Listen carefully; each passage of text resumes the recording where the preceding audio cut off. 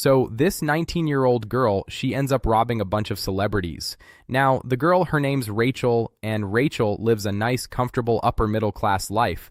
But for some reason, this life is not enough for her. She wants more. And so one day, Rachel and her best friend, this guy, Nick's 18, Rachel and Nick, they decide, hey, let's cruise through some rich neighborhoods and break into some cars. So they do this and they get some decent stuff from it.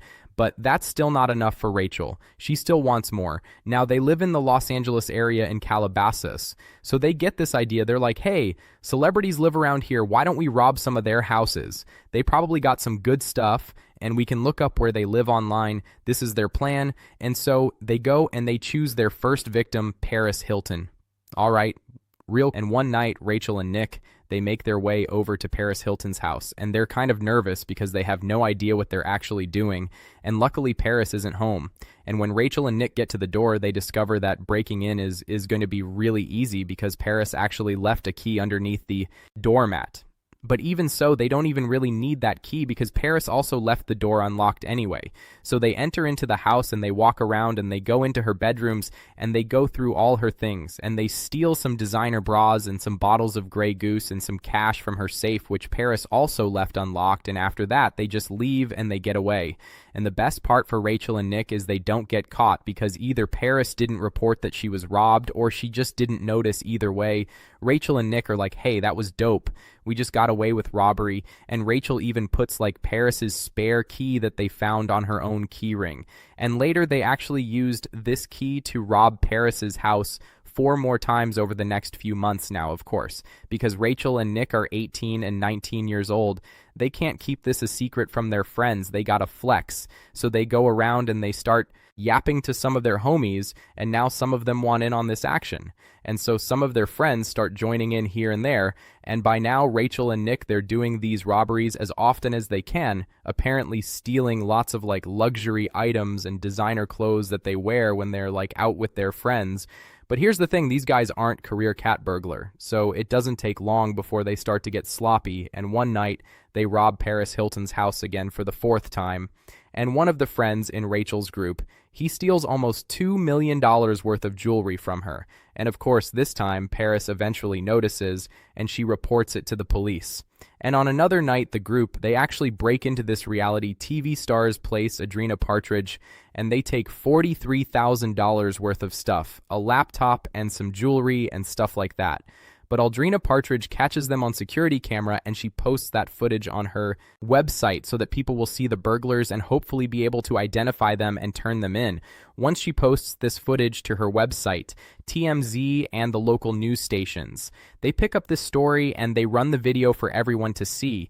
But lucky for Rachel, no one recognizes them and no one comes forward to turn her in.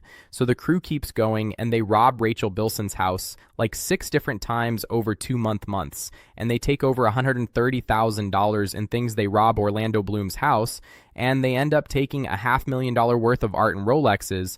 So these guys are going strong.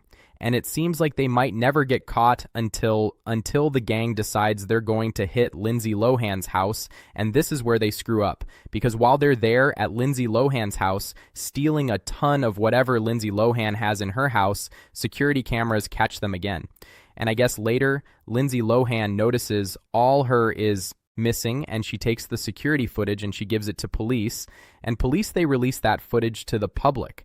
So now there are 2 videos of Rachel and her friends circulating around for everyone to see. And of course, this story makes the news again. And at some point, the media starts referring to Rachel Nick and her friends as the Bling Ring, which is kind of a cool name. One of the crazy things about this story is when it hits the news and the public starts hearing about the Bling Ring, people are actually cheering them on. Like, they're all rooting for them, the thieves, to succeed. Because during this time, celebrity hate feels like it's at an all-time high. Like, people see Paris Hilton and Lindsay Lohan on TV, and they just see them as like spoiled little train wrecks, not as human beings who are having their privacy and their personal property violated. So it feels like the general public just has no sympathy for these people getting robbed anyway once. This second security video goes public. That's when people start recognizing them, and Rachel and Nick, they've bragged about these robberies at parties and in social settings. So much that people start putting two and two together, and the police, they start getting tons of tips from people. And police already had suspicions about Rachel and Nick just because of all the rumors that have been flying around because they just couldn't keep their mouth shut about it.